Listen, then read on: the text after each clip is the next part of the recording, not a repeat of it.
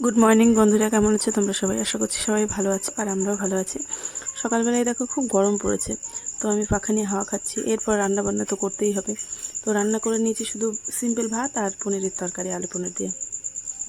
তারপরে যে রেডি হয়ে বসে আছি, এখন রৌনককে নিয়ে যাবো স্কুলে। স্কুলের টাইম হয়ে গেছে, ও পড়তে গেছে, ওকে নিয়ে একবার স্কুলে চলে যাব।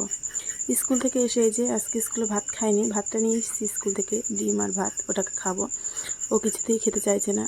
আমি তো জানতাম না আগে খেতে চাইছে না কেন, পরে বুঝলাম ওর হচ্ছে শরীরটা ভালো না। সকালবেলায় দুধ বিস্কুট খেয়েছিল, তার জন্য ওর পেটে একটু গ্যাসের মতন হয়ে গেছে।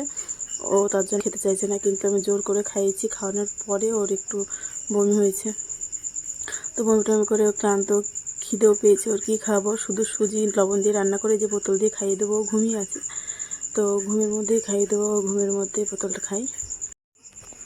তারপরে আমাদের এক জায়গায় নেমন্তন্নই যেতে হবে। আমাদের এই রিলেটিভ বলতে আমাদের গোষ্ঠীরই লোক মারা গেছিলো, তো সেখানে নেমন্তন্ন আছে, যেতে হবে।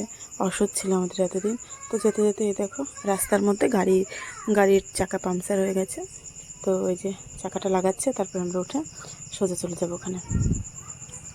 তো আমার তো যাওয়ার মোটেই ইচ্ছা ছিল না। রৌনক সকালবেলা যেহেতু বমি টমি করেছে, কিন্তু তবুও নাকি যেতে হয়, তো যেতে হবে, কিছু করার নেই। রৌনকও বললো চলো মা, আমার ভালো লাগছে এখন, আমি যাব। তার জন্য ছেলের বায়না রাখতে যেতে হলো। আর এই যে আমরা চলে বসেছি, রৌনকে যে রাস্তা দিয়ে হেঁটে বেড়াচ্ছে। আর আমাদের খাওয়া দাওয়াও হয়ে গেছে, আমরা একটু পরেই আবার বেরিয়ে পড়বো, কারণ সন্ধে হয়ে যাচ্ছে। আর গরমে তো পুরোই নাজেহাল অবস্থা। আমার প্রচুর গরম লাগছে। সবাই এদিক ওদিকে সবারই বাড়ি ঘুরতে গেছে, আমি তো যাইনি, কারণ গরমে আমার ভালো লাগছে না। এই যে আমরা চলে বসেছি বাড়িতে এসে এখন রেস্ট নিচ্ছি। তো এখনই ঘুমিয়ে পড়বো। Tata, bye bye. সবাই দেখা হচ্ছে পরের একটা ভিডিওর সাথে। তো ততক্ষণ ভালো থাকবে, সুস্থ থাকবে।